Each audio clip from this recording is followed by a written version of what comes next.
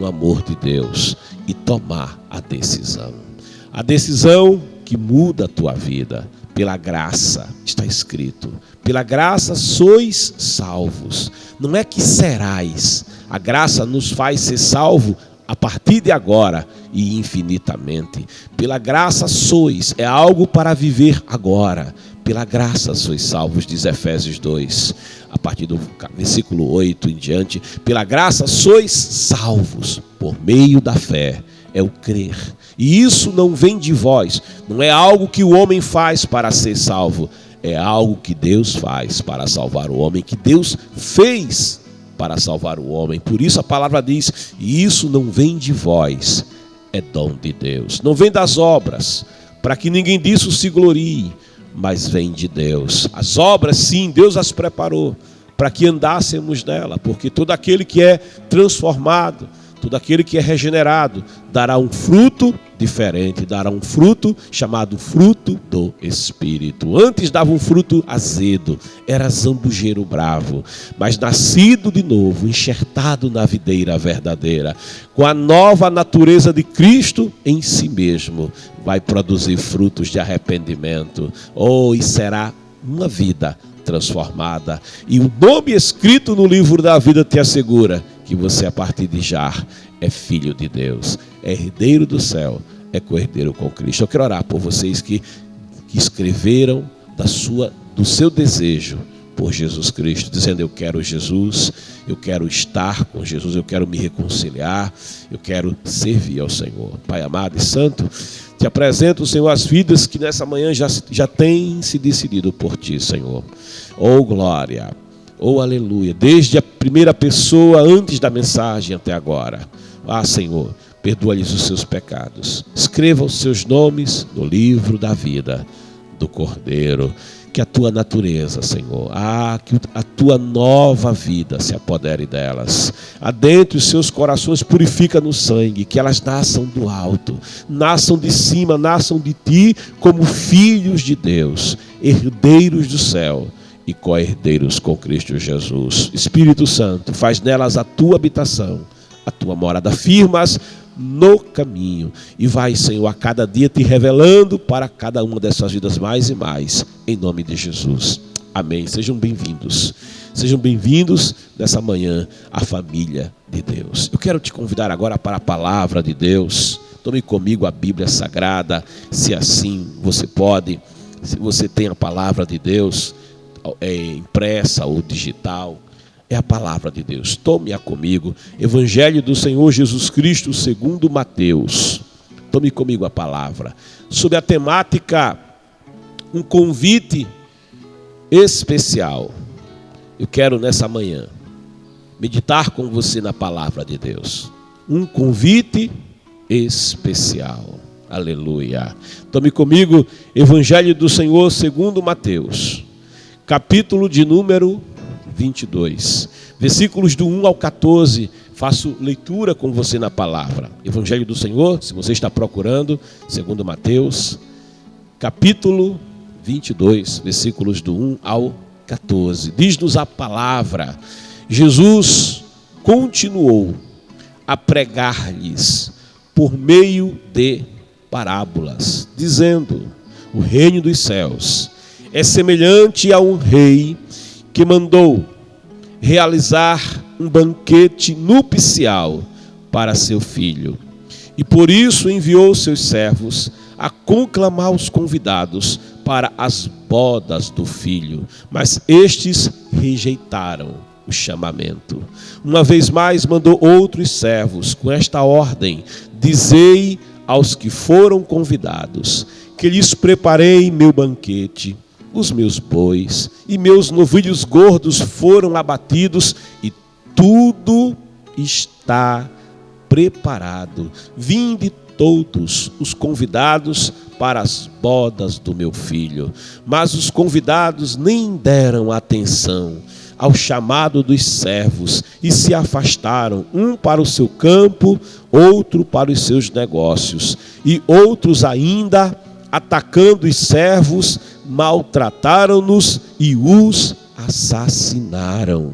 o rei indignou-se sobremaneira e, enviando o seu exército, aniquilou aqueles criminosos e incendiou-lhes a cidade.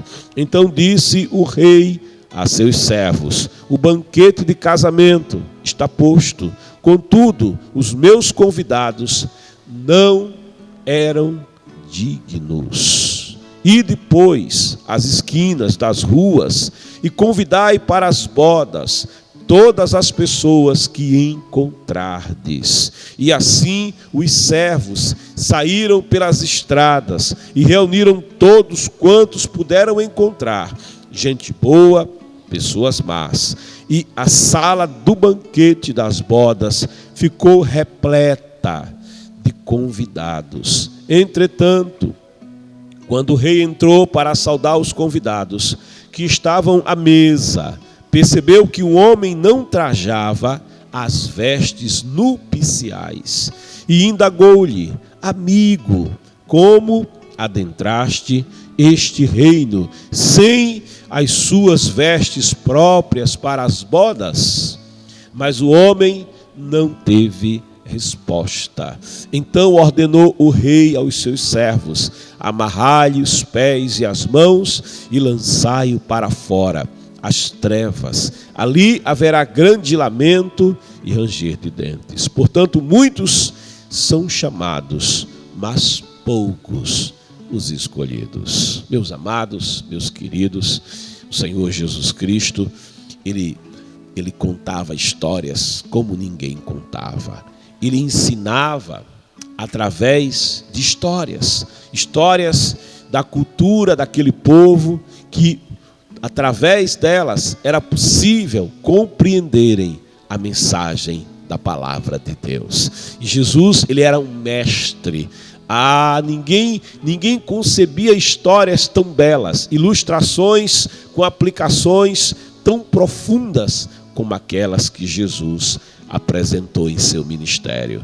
Veja, ele tinha uma audiência nas quais estava o povo comum, nas quais estavam pessoas que não eram sequer letradas, mas também nas quais também se faziam presentes fariseus, saduceus, escribas, doutores da lei, homens que conheciam profundamente a palavra, as escrituras, homens versados na lei mosaica, na Torá, na Tanakh, homens que conheciam os escritos, os profetas, os livros históricos, os livros poéticos, homens que tinham grande respeito e eminência em meio àquele povo. E Jesus, vendo aquela nação, o povo de Israel, para a qual ele foi enviado, como ele disse: eu fui enviado para as ovelhas da casa de Israel. Ele veio trazer uma mensagem, ele veio trazer uma palavra, ele veio trazer uma revelação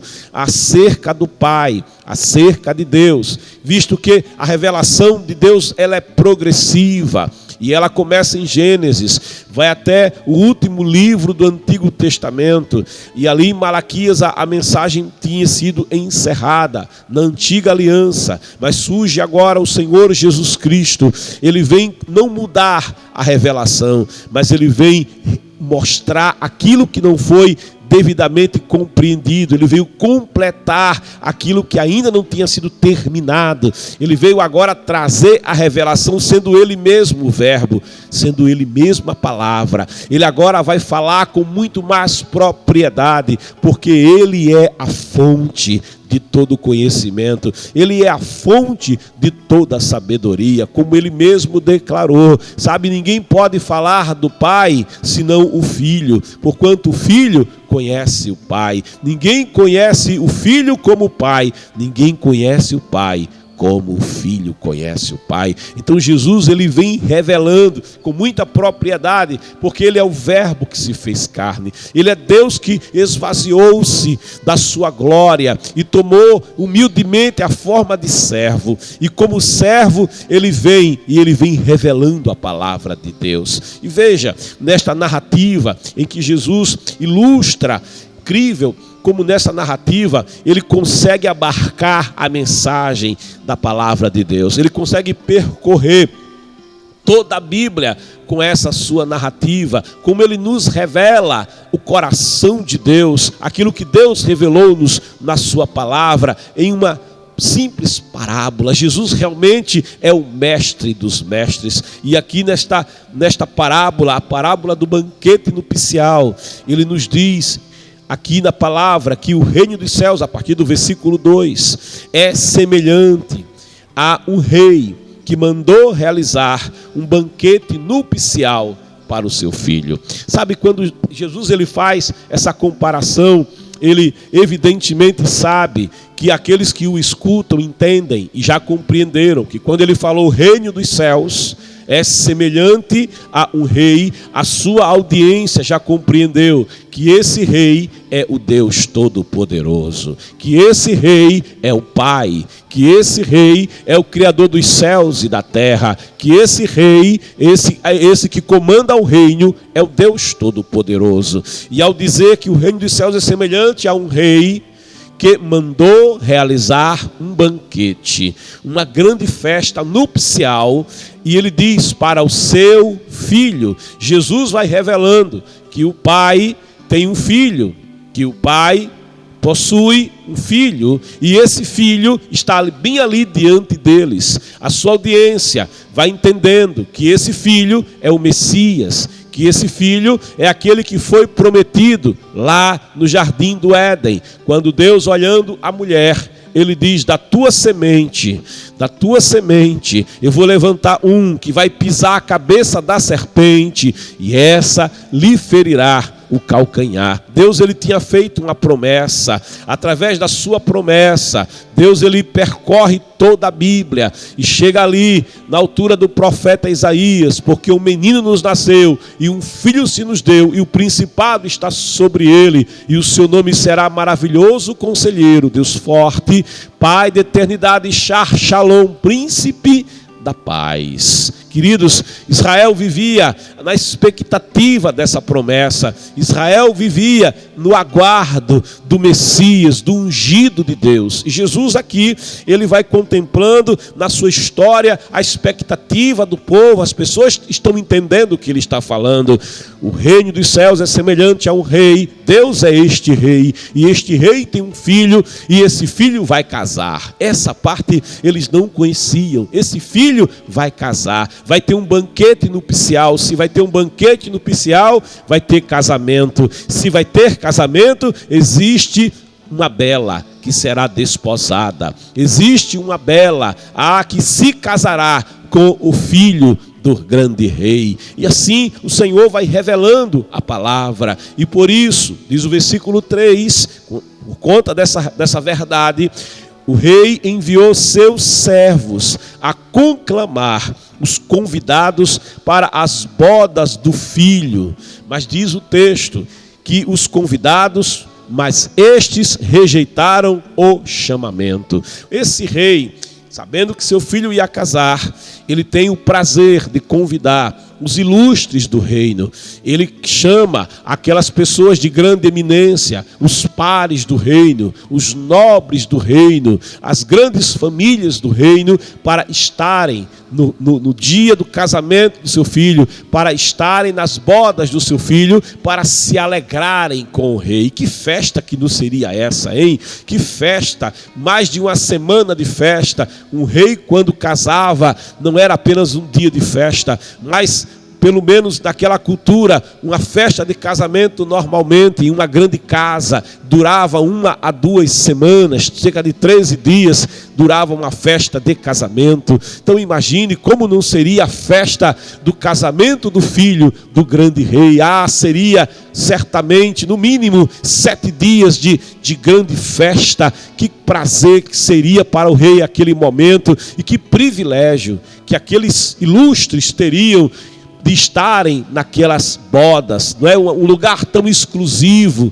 um lugar aonde pessoas de grande reputação é que estariam ali, um lugar aonde está ali, só o fato de receber o convite já era um grande privilégio. Mas olha, o texto diz que os convidados, eles rejeitaram ao chamamento. Os servos se apresentaram, os embaixadores do rei foram enviados, mas os convidados ignoraram o convite. Os convidados, os ilustres, rejeitavam deliberadamente aquele convite. O versículo 4 diz: uma vez mais, diante do fato de que o convite foi rejeitado, o rei insistiu. No versículo 4 diz: uma vez mais, mandou outros servos com esta ordem. E agora o rei procura cativar aqueles a quem ele convidava e que tinham rejeitado o convite. Ele vai falar da grandiosidade dessa festa.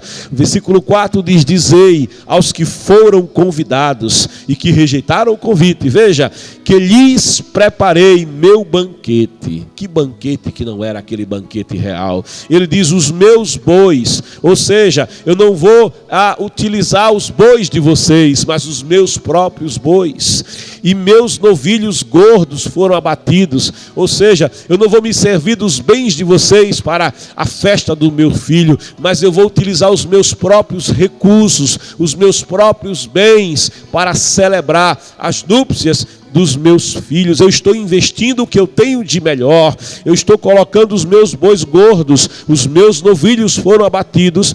E o rei diz assim: e tudo, veja só, e tudo está preparado. Ou seja, vocês virão para a festa para serem honrados, vocês virão para a festa para se alegrarem, para se deleitarem neste grande banquete comigo, nessas núpcias do meu filho, nesse momento de contentamento e de grande alegria. E aí o rei manda dizer a eles: vinde todos os convidados para as bodas do meu filho. Sabe, ao ouvirem aquilo, aquela audiência de Jesus sabe que o Senhor, desde os dias de Moisés, que Deus, ele vinha tratando com o seu povo Israel, a chamada nação eleita, o sacerdócio real, o povo adquirido, a nação santa, a nação que tinha o privilégio da revelação do verdadeiro Deus. Enquanto que o mundo todo jazia em idolatria, enquanto que o mundo inteiro, uns adoravam a madeira, outros adoravam a montanha, havia quem adorasse o ouro, a prata, enquanto o mundo adorava criaturas, enquanto o mundo adorava ídolos, por trás de quem estavam demônios, potestades, principados, forças tenebrosas, enquanto que o mundo, ele tinha uma adoração que não era para o verdadeiro Deus, adorava de forma enganosa a quem não é digno de receber honra, glória, louvor e adoração. Se tornavam devotos de padroeiros e padroeiras que nada podiam fazer por eles, que não podiam salvá-los, que não podiam redimi-los. Israel tinha o privilégio de adorar ao verdadeiro Deus. Enquanto que no mundo grego, os gregos adoravam deuses que eram imperfeitos, deuses que mais se assemelhavam aos homens, deuses que nada tinham de divinos, mas eram deuses que agiam tal e qual a própria humanidade agia, deuses que cometiam erros e pecavam tal qual a humanidade pecava, deuses maldosos, deuses terríveis. Israel adorava ao Deus Todo-Poderoso que os amava verdadeiramente. Aquele Deus que tinha feito promessas àquela nação, dizendo: olha Israel, a terra que vós passais a ocupar é uma terra abençoada, é terra que mana leite e mel. Os olhos do Senhor, o vosso Deus, que vos ama, estará sobre esta terra, desde o começo até o final do ano. Ele enviará no tempo certo a chuva temporã e a chuva seródia, de modo que vocês terão abundância, de modo que a terra será fértil, de modo que vocês serão um povo abençoado. Um Deus que amava verdadeiramente aquela nação e aquele povo. E essa nação são e foram sempre, ao longo do Antigo Testamento, os convidados ilustres para os quais Deus havia enviado os seus emissários, os seus profetas. Muitos profetas foram enviados por Deus, trazendo mensagens à nação de Israel. Mesmo no reino dividido, não faltou profetas, seja no reino do sul, seja no reino do norte. E Deus estava sempre tratando com o seu povo, mas ainda que os mensageiros se apresentassem diante do povo, essa mensagem não era recebida, essa mensagem era rejeitada. E agora está diante deles o maior de todos, está diante deles o próprio Filho do Rei, o próprio Senhor Jesus Cristo, está lhes anunciando agora a palavra de Deus, está agora Ele mesmo fazendo convite àquela nação. Mas como disse o profeta Isaías, olhando para Ele, nenhuma beleza víamos para que o desejássemos. Ele era como raiz de terra seca, e nós o tivemos como homem de dores, como afligido por Deus, mas verdadeiramente sobre Ele estava o castigo que nos traz a paz.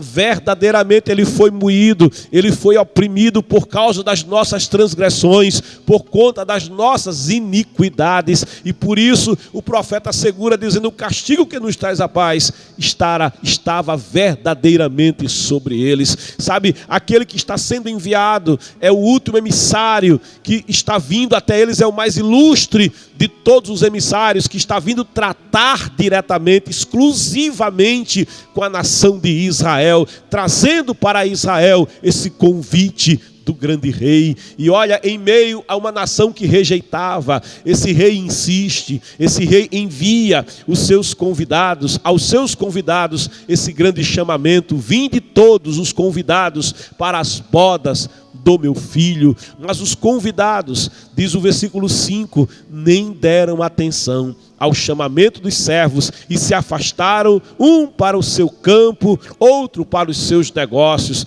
Essas pessoas, elas estavam muito mais preocupadas com os seus afazeres, com as suas ocupações, com a vida que elas levavam, com os seus compromissos, do que em ir atender ao chamamento, ao convite que o grande rei estava lhes fazendo. Sabe, se assemelham às pessoas que elas não trabalham para viver, mas parecem viver para trabalhar. São aquelas pessoas que dizem: eu não posso servir ao Senhor porque eu não tenho tempo, eu não posso ir cultuar ao Senhor no domingo, dia do Senhor, porque eu sou muito atarefado, eu tenho muitos trabalhos, eu tenho muitos compromissos. São pessoas que se recusam ou que arrumam desculpas para não virem à presença do Senhor, virem à casa do Senhor. Na verdade, elas não têm alegria, elas não têm prazer em vir à casa do Senhor, porque aquele que conhece verdadeiramente o Senhor, ele diz como o salmista: alegrei-me quando me disseram, vamos à presença, vamos à casa do Senhor. Porque essa busca ao Senhor, ela é com toda a alma mesmo, é com todo o coração, é com todo o entendimento. Ele diz: eu me deixarei ser achado por vós, quando me buscardes com todo o vosso coração. Essa nação estava com o coração dissociado do Senhor. Aquela nação, ela tinha se separado do Senhor. Ao longo de toda a sua história, Israel tinha rejeitado a Deus, tinha se voltado para os cultos das nações pagãs, cultos onde haviam orgias, cultos onde havia práticas terríveis, e eles tinham abraçado esses cultos, eles tinham abraçado essas práticas terríveis, rompendo a aliança que os seus pais e que eles mesmos haviam estabelecido com o Senhor, seu Deus. E olha, Jesus, ele continua ilustrando essa realidade de Israel, quando ele diz aqui no versículo 6, e outros ainda, atacando os servos, maltrataram-nos e os assassinaram. Vejam, eles tiveram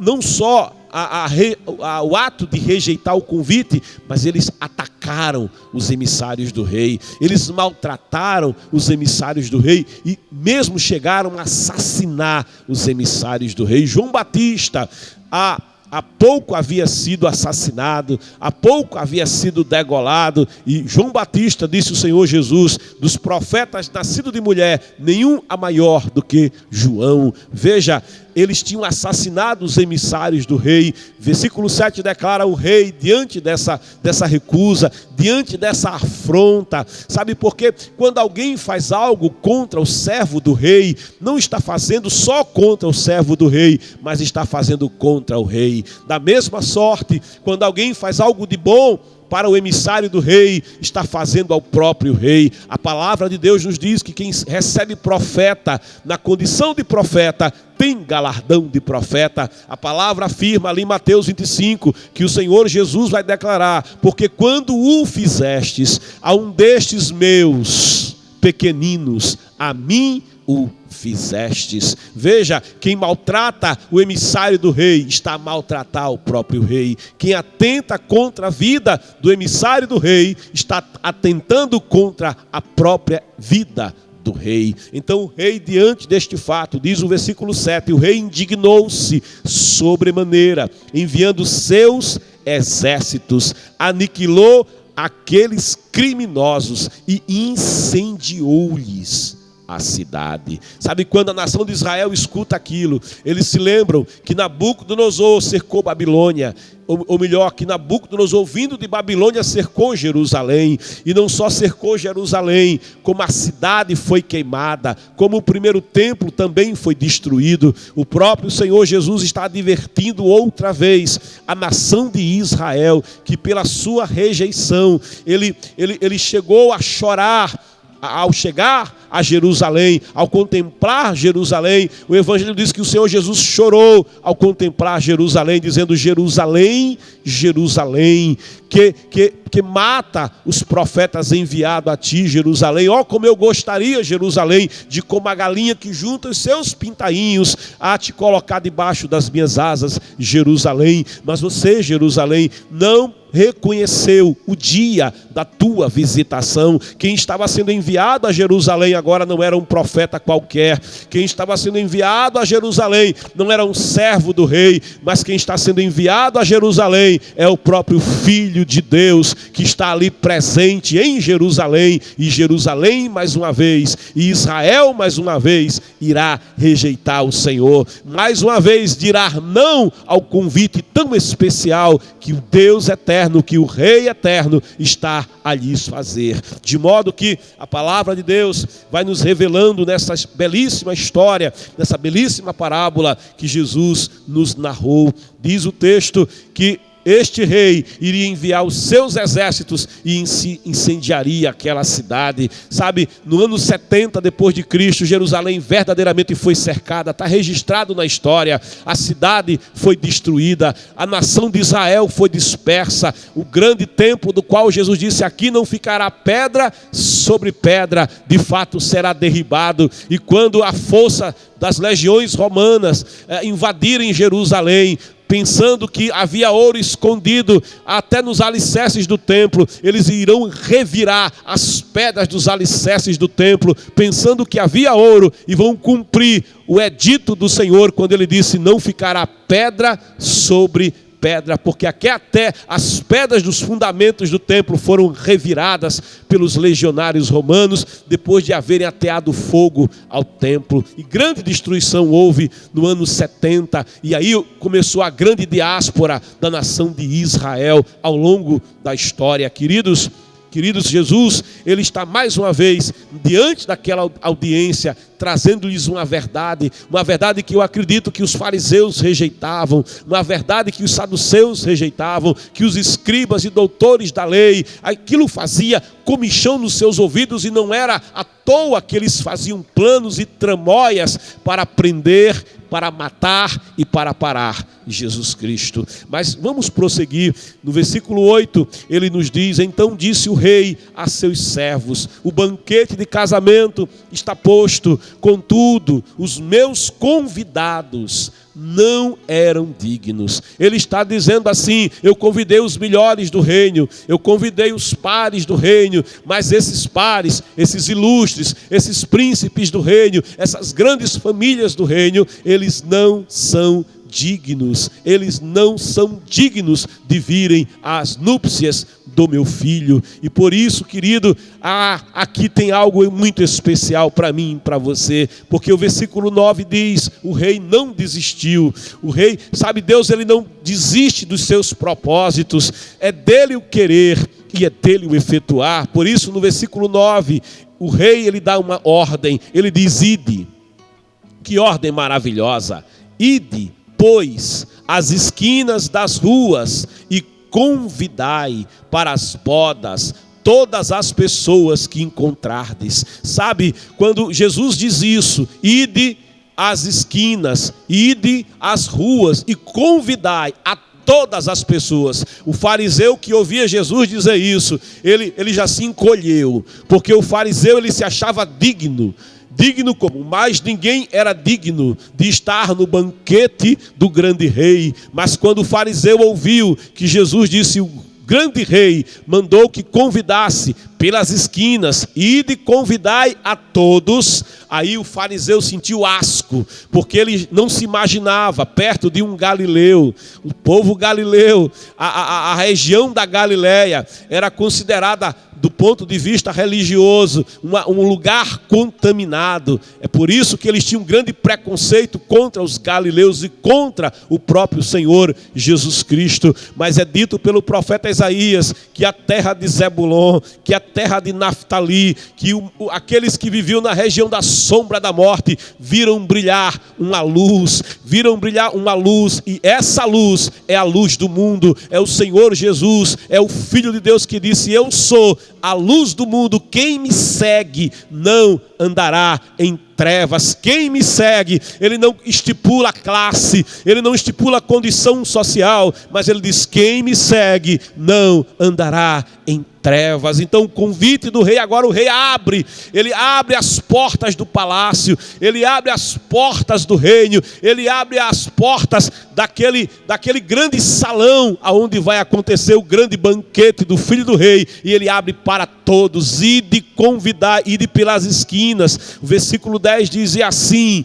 os servos saíram pelas estradas. Olha, muitas estradas tem neste mundo. Tem pessoas que caminham pelo catecismo, tem pessoas que caminham pelo espiritismo, tem pessoas que caminham pelo candomblé, pela magia negra, tem pessoas que caminham pelo marxismo, tem pessoas que caminham pelo catolicismo romano, tem pessoas que caminham pelo budismo, tem pessoas que caminham pelo islamismo, tem pessoas que caminham por diversas religiões e caminhos. E o rei está dizendo, vão pelos muitos caminhos, pelas muitas estradas que não trazem até o banquete do grande rei, pelos caminhos que não levam o homem a Deus, e convidai. E o próprio Jesus Cristo, em João 14, versículo 6, ele diz para essas pessoas que estão em tantos caminhos, como diz Provérbios, há caminhos que ao homem parecem as melhores coisas da vida, mas o fim deles não é o melhor, são caminhos de morte. Por isso Jesus se coloca diante daqueles que dizem, mas há tantos caminhos. Jesus, ele esclarece dizendo, eu sou.